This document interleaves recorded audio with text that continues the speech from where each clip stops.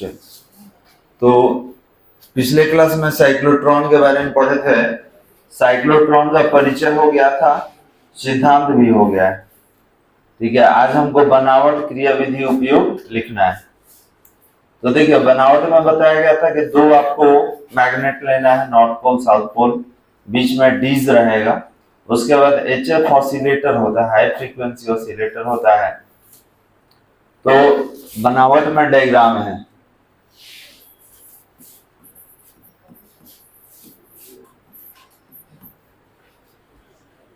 इसमें एक north pole एक साउथ पोल लेंगे। चलो चलो चलो,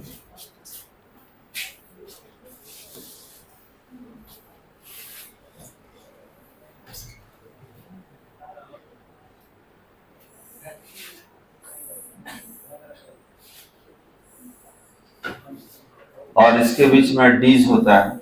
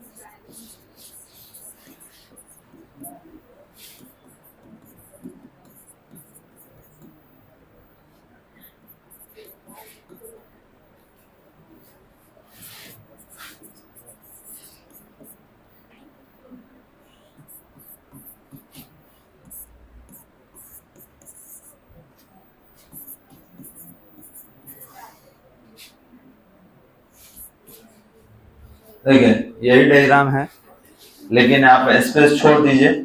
ठीक है, बाद में बना लीजिएगा, इसको भेज दिया जाएगा, आप आगे कंटिन्यू करेंगे। ठीक है, इसमें समझ लीजिए, पहले दो मैग्नेट रहेगा, एक नॉर्थ पोल मैग्नेट एक साउथ पोल मैग्नेट, दो डीज रहेगा। ये डी जैसा देखने में लगता है, ठीक है, ये डी आकार का होता है, इसलिए इसको डीज कहा जाता है। दो डीज रहेगा जो कि कॉपर का बना होता है, D1 D2, और एक एचएफ ऑसिलेटर होता है। एचएफ ऑसिलेटर का काम होता है इसकी स्पीड बढ़ाना, वेग बढ़ाना, ताकि इसमें घूमे। गोल गोल घुमाने का काम कौन करेगा? ये क्षेत्र करेगा, क्योंकि चुंबकीय बल रेखा कहाँ होगा? उत्तर से दक्षिण की ओर। ठीक है, और ये इस तरीके से घूमते हुए एक जगह से ये बाहर निकल जाता है, और इसी के सामने हम लोग टारगेट रखते हैं। ठीक है, ये क्या है आपका सोर्स ऑफ पॉजिटिव चार्ज और आयन होता है। तो आप डायग्राम बना लेंगे, डायग्राम के लिए स्पेस छोड़ दीजिए, और स्पेस छोड़ के आगे लिखेंगे। डायग्राम के लिए जगह छोड़ दीजिए, देख लीजिए कितना आपका बन जाए। हो गया वाला, थोड़ा सा लैंग्वेज लिखना होगा। डायग्राम के लिए जगह छोड़ के नीचे लिखा जाए। लेकिन साइक्लोट्रॉन को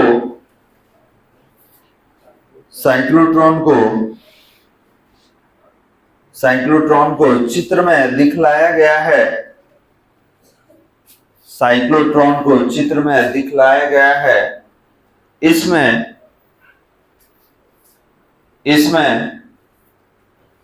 तांबे के प्लेट से बने,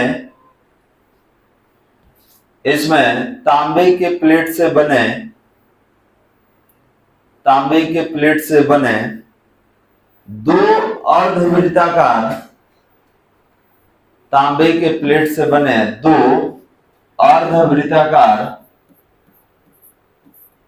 अर्धवृत्ताकार पात्र होते हैं,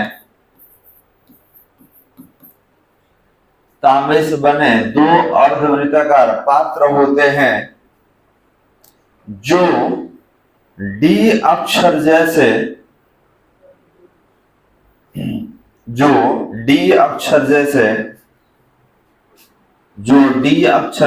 दिखाई देते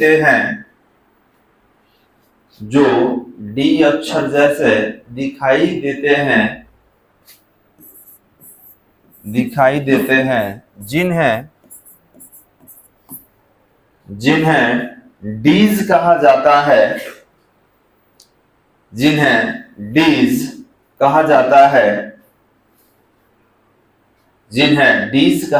है, अतः साइक्लोट्रॉन के मुख्य अवयव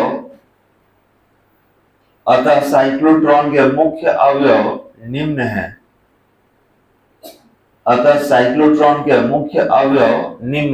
और डैश दे दीजिए, और डैश दे देंगे। तो देख लीजिए इसमें क्या आपको इंपॉर्टेंट दिख रहा है। इसमें 3-4 ही पार्ट हम लोग यूज किए मेन पार्ट में। सबसे पहले 1 नंबर में 2 डीज होना चाहिए, एक D1 एक D2। तो यहां लिखेंगे डीज, और ये कितना होना चाहिए, 2। कौन कौन, D1 तथा D2। 2 नंबर में 2 चुंबक चाहिए, 2 चुंबक। कौन कौन, तो north pole magnet and south pole magnet. चलिए एक विद्युत दोलित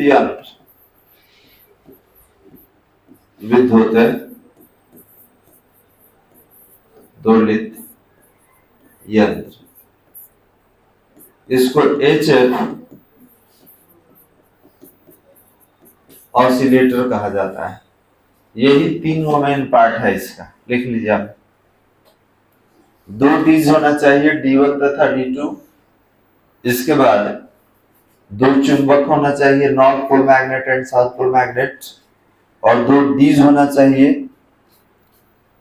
और 3 हुआ, एक स्रोत होना चाहिए। देखिए जो बीच में डाले हैं इसको सोर्स कहेंगे। 3 के बाद 4 नंबर इधर स्रोत, सोर्स। स्रोत मतलब है कोई पॉजिटिव चार्ज या कोई आयन चाहिए जिसको हम लोग त्वरित कर सके।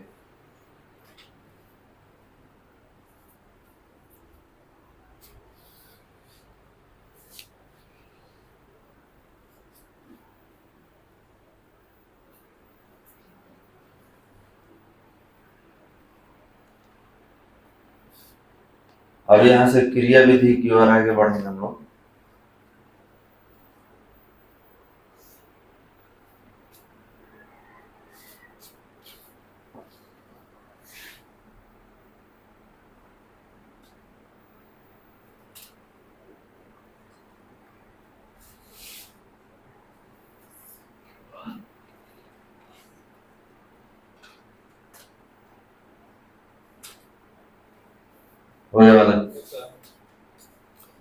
चलिए तो इसमें मुख्य अवयव कितना होगा वाला, 4। कौन कौन, तो 2 डीज होगा, 2 चुंबक होगा, north pole magnet south pole magnet.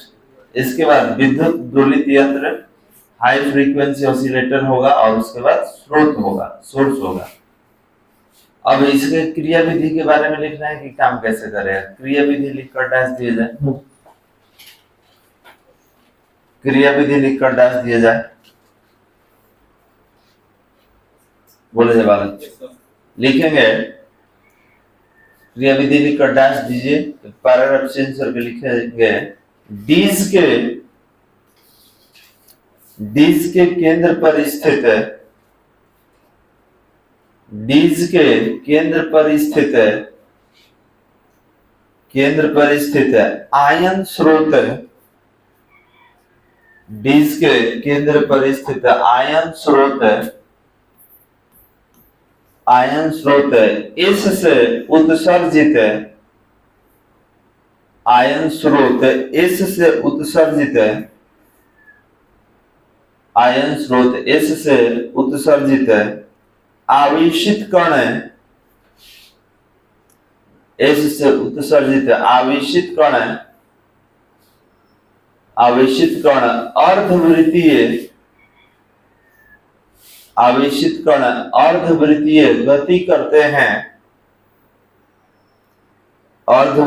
गति करते हैं, उन पर विद्युतीय क्षेत्र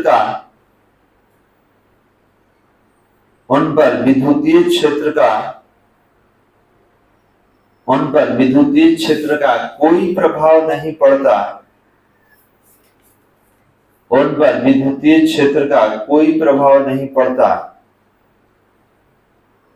परंतु चुंबकीय क्षेत्र द्वारा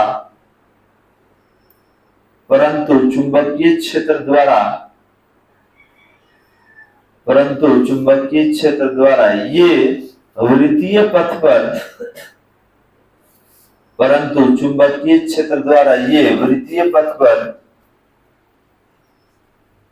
पथ पर गतिशील होते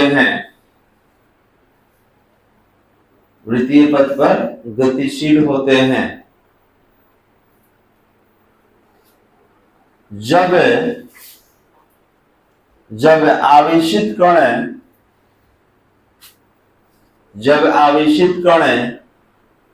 D1 से D2 में,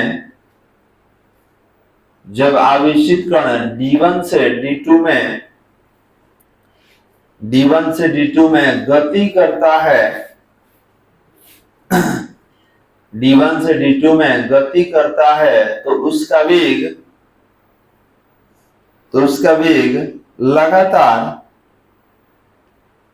उसका वेग लगातार बढ़ता जाता है। D1 से D2 में गति करता है तो उसका वेग लगातार बढ़ता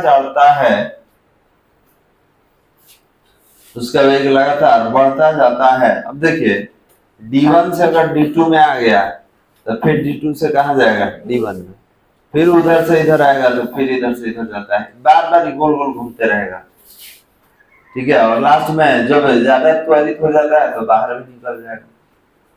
इसी में लिखेंगे इसके फलस्वरूप इसकी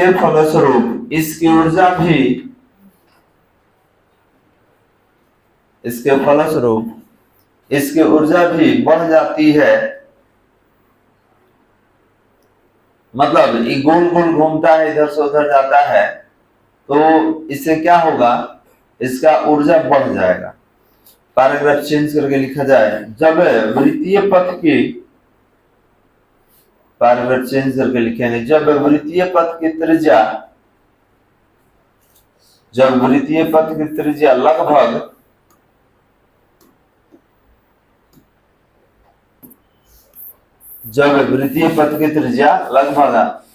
कैपिटल R होती है, जब वृत्तीय पथ की त्रिज्या लगभग कैपिटल R होती है, तब अत्यंत ही महत्तम चाल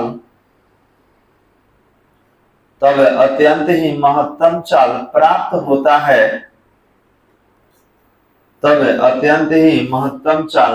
होता है, और उस महत्तम चाल से विक्षेपित कण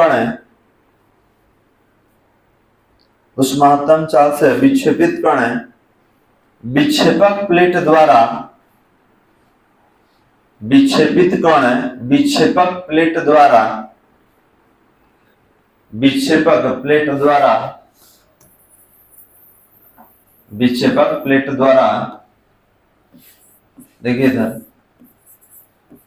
स्लिट से विक्षेपक प्लेट द्वारा स्लिट से बाहर निकल जाता है, स्लिट से बाहर निकल जाता है। अब देखिए यहां पर आप कहिएगा सर विक्षेपक प्लेट कौन है, स्लिट कौन है? ध्यान देंगे जहां से निकल रहा है ना बालक, जहां से निकलेगा इसी को हम लोग स्लिट कहते हैं या विक्षेपक प्लेट कहते हैं। ठीक है, स्लिट मतलब पट्टी होता है, तो एक तरह का पट्टी जैसा होता है जहां से बनाया रहता है जगह बाहर निकलने के लिए, और बाहर निकल के किससे टकराएगा तो अपने लक्ष्य से टकरा जाता है जहां भी उसको टक्कर करना हो। तो याद रखेंगे विक्षेपक प्लेट द्वारा अपने स्लिट से क्या हो जाएगा, ये बाहर निकलेगा और बाहर निकल के अपने लक्ष्य को प्राप्त करता है। अब सवाल ये है कि सर ये तो हो गया इसका क्रियाविधि, काम कैसे करेगा? तो आपको शुरू में भी बताए थे कि विद्युतीय क्षेत्र से ये क्या करेगा तो अपना केवल गति बढ़ा लेता है। एचएफ ऑसिलेटर क्या करेगा तो इधर से उधर दौड़ा देगा इसको, इसका गति बढ़ा देता है, लेकिन गोल गोल घुमाने वाला काम कौन करेगा? चुंबकीय क्षेत्र। तो विद्युतीय क्षेत्र का इस पर ज्यादा कोई प्रभाव नहीं होता है। ठीक है, विद्युतीय क्षेत्र है कैसे वाइब्रेटर होता है वाइब्रेट कराने वाला, उसी तरीके से ये भी कंपन कराएगा, लेकिन एक डिज से दूसरे डिज में जो गति करने का काम होता है कौन कराएगा? चुंबकीय क्षेत्र। क्लियर है बालक? और एक जगह से ये क्या करेगा, बाहर निकल जाएगा और अपने लक्ष्य को प्राप्त करेगा। अब यहाँ से हम लोग साइक्लोट्रॉन का आवृत्ति निकालेंगे। अब देखिए आप इससे पहले पढ़े थे जब एक आवेशित कण को चुंबकीय क्षेत्र में रखा जाता है तो त्रिज्या याद है, इसके बाद आवर्तकाल, आवृत्ति, कोणीय आवृत्ति इतना निकाल चुके हैं। तो ये भी तो वही है, ये भी तो चुंबकीय क्षेत्र में आवेशित कण को ही रख दिए हैं, तो इसका निकालना होगा साइक्लोट्रॉन की आवृत्ति, ये भी वही आएगा, याद रखिएगा। इसका भी अधिकांश जो भाग होगा वही होगा, क्योंकि ये भी तो वही कंसेप्ट है। आज चुंबकीय क्षेत्र में क्योंकि नॉर्थ पोल है साउथ पोल है और एक आवेशित कण को लाके रख दिए, तो इसका भी जो निकालिएगा आवृत्ति निकालिए, आवर्तकाल निकालिए, त्रिज्या सब वही निकलेगा जो आप पहले निकाल चुके हैं। ठीक है, तो पैराग्राफ चेंज करके लिखा जाए साइक्लोट्रॉन की आवृत्ति, पैराग्राफ चेंज करके लिखेंगे साइक्लोट्रॉन की आवृत्ति।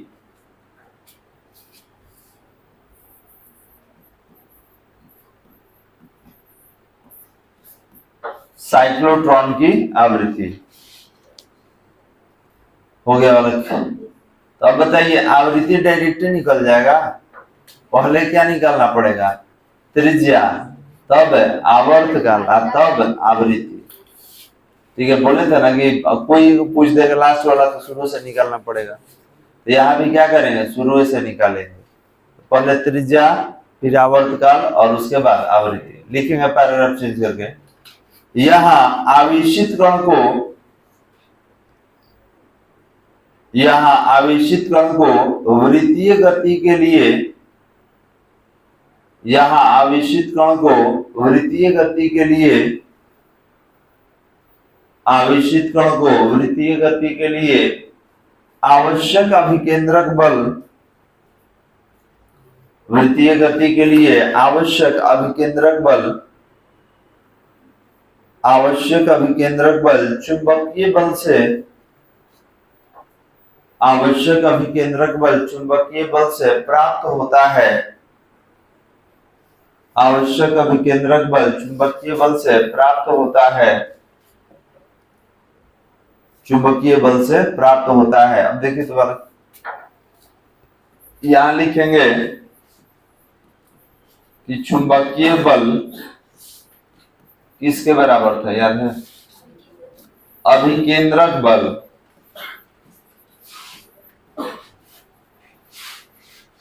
अभिकेंद्रक बल। अभिकेंद्रक बल कहाँ लगता है? केंद्र की ओर लगता है। और चुंबकीय बल कितना पढ़े थे? QVB, और ये कितना था? mv²/r। इसमें v से v कट गया था, एक भी बचेगा, r को ऊपर कर लीजिए तो ये हो जाएगा mv/qb। समीकरण 1 ये ऑलरेडी हम लोग निकाले थे वहां पे, फिर निकालेंगे, क्यों? बिना इसका आपका आवृत्ति नहीं निकलेगा। लिख लीजिए पहले इसको।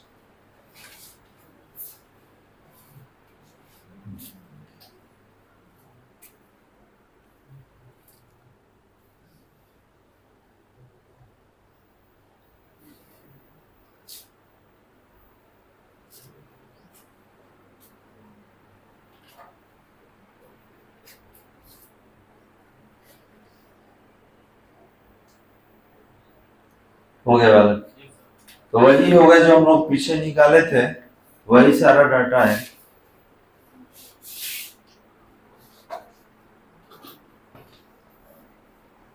क्योंकि ये भी क्या है, एक समान चुंबकीय क्षेत्र में आवेशित कण का गति है, और गति भी कैसा है, वृत्तीय है।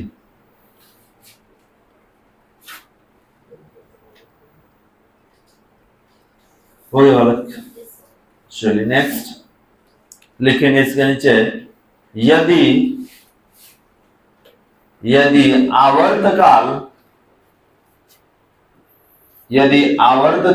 कैपिटल टी हो तो,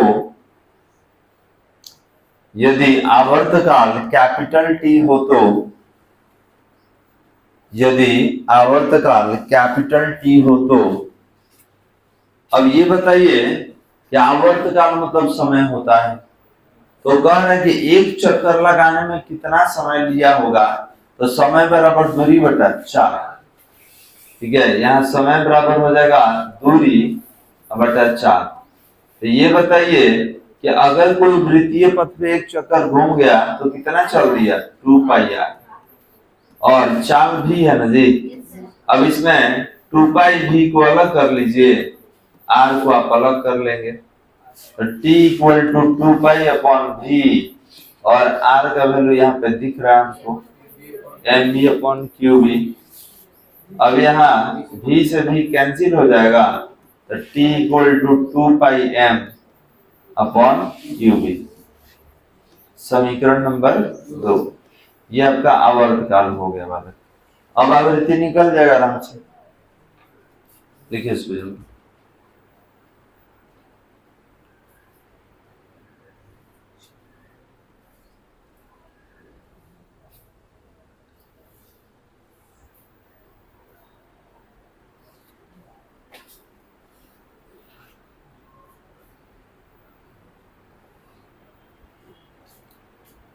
इसी का उल्टा कर दीजिएगा तो आवृत्ति हो जाएगा।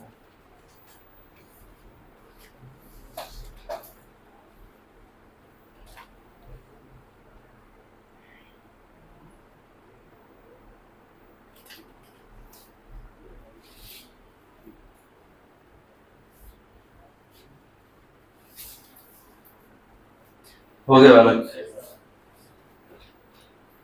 चलो तू जब बैठा तो बुआ, चलो तुझे बैठा तो जब बैठला ऐसे ऐसे करत रहा, हम खड़ा कहाँ हो खा भेजन खड़ा हो खा। चलो तेरा लोग गेला ना, ऐसे चलो बैठा तो इतना जगह रहता है, बोल जाएगा ऐसे जगह पे ना, गर्दन टेढ़ा कर करके देखेगा, तो खाली भाई साहब।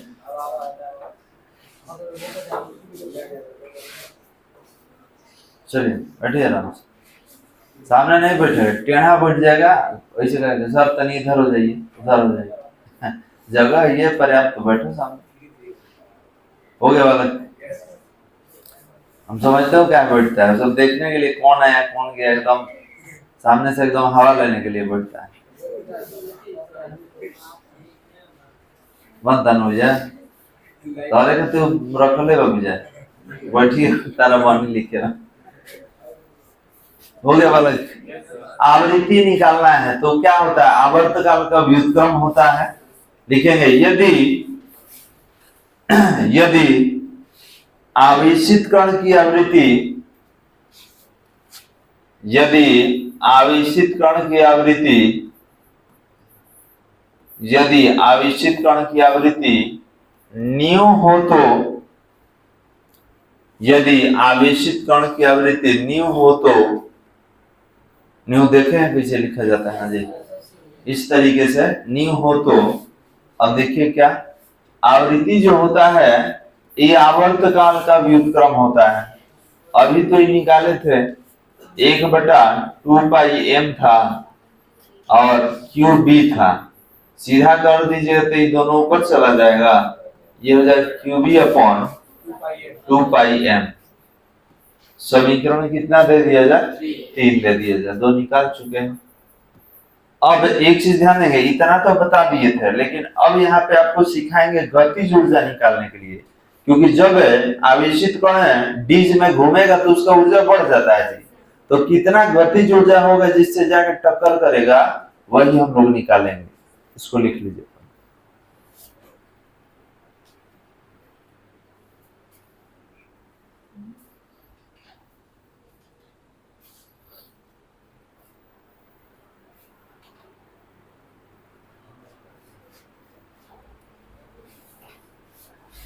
लिख लिया लैंग्वेज थोड़ा सा लिख के समाप्त कर लिया इसको। लिखेंगे समीकरण 3 द्वारा व्यक्त आवृत्ति, समीकरण 3 द्वारा व्यक्त आवृत्ति, समीकरण 3 द्वारा व्यक्त आवृत्ति साइक्लोट्रॉन का आवृत्ति कहलाता है। समीकरण 3 द्वारा व्यक्त आवृत्ति साइक्लोट्रॉन का आवृत्ति कहलाता है, साइक्लोट्रॉन का आवृत्ति कहलाता है, जो आवेशित कण के, जो आवेशित कण के विशिष्ट आवेश पर, जो आवेशित कण के विशिष्ट आवेश पर निर्भर करता है, जो आवेशित कण के विशिष्ट आवेश पर निर्भर करता है। कोई दिक्कत वाला? अब इसमें एक पॉइंट और हम लोग यूज करेंगे, आवेशित कण का महत्तम गतिज ऊर्जा।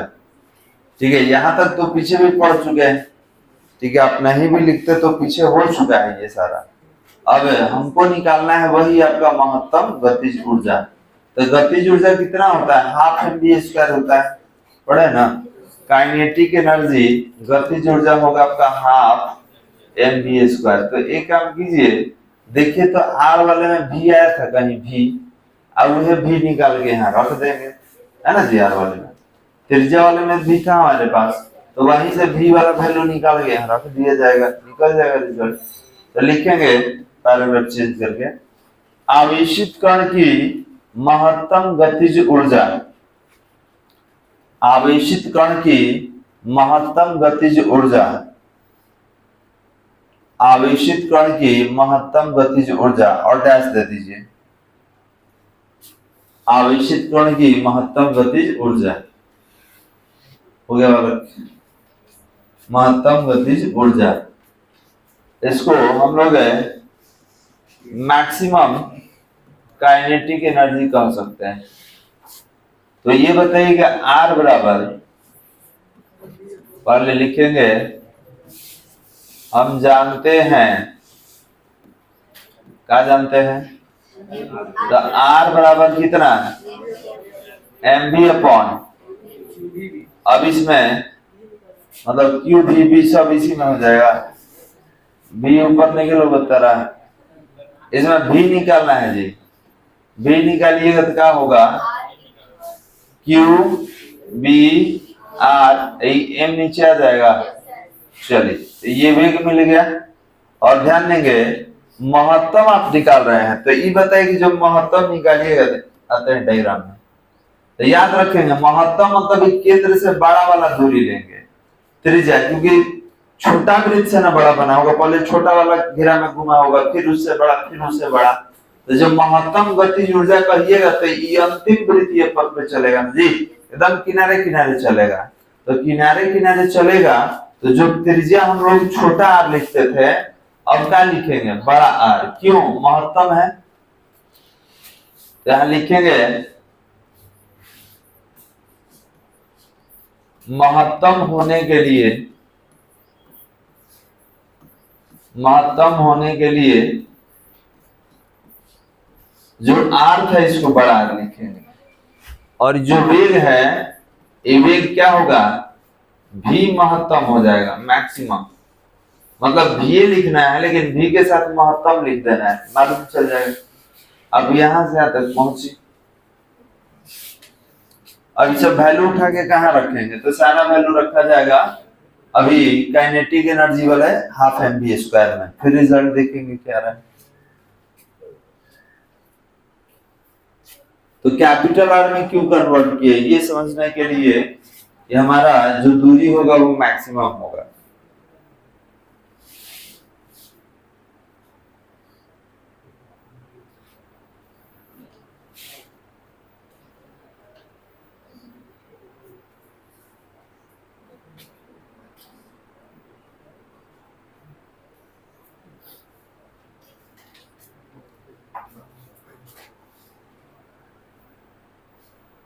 हो गया,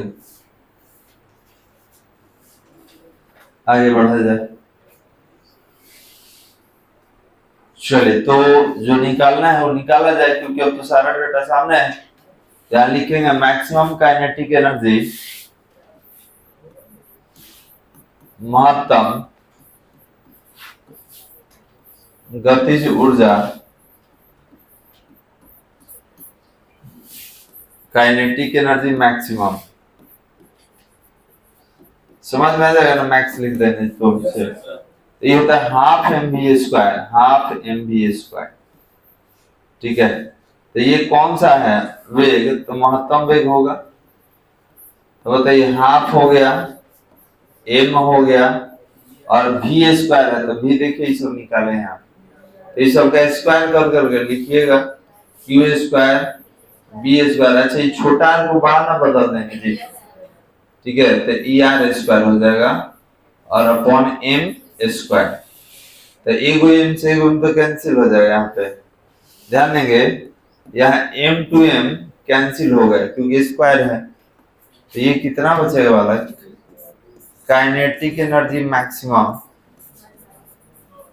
काइनेटिक एनर्जी मैक्सिमम, तो ये हो जाएगा आपका q² b² r² upon 2m, 2 भी है नीचे, पीछे वाला समीकरण 3 था ना, ये 4 है, लिख लीजिए। यही आपका मैक्सिमम काइनेटिक एनर्जी हो गया, किसके लिए, साइक्लोट्रॉन के लिए।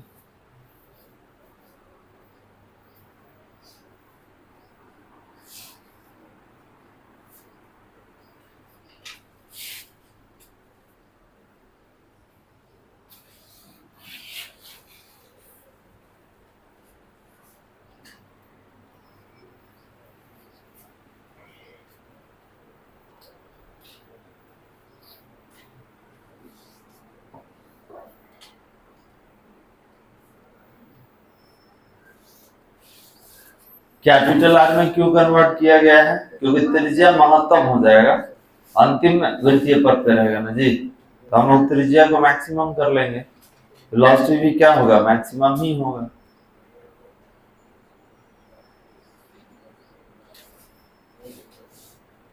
बोलो जय बालक, लिखिए, तो इसके लिए लिखेंगे समीकरण 4, आवेशित कण की महत्तम गतिज ऊर्जा का, समीकरण 4 आवेशित कण की महत्तम गतिज ऊर्जा का, महत्तम गतिज ऊर्जा का आवश्यक व्यंजक है, महत्तम गतिज ऊर्जा का, आवेशित कण की महत्तम गतिज ऊर्जा का आवश्यक व्यंजक है, आवेशित कण की महत्तम गतिज ऊर्जा का आवश्यक व्यंजक है। हो गया वाला। अब इसमें एक छोटा सा बच गया है साइक्लोट्रॉन का उपयोग, जो कि अगले क्लास में हम लोग कर लेंगे।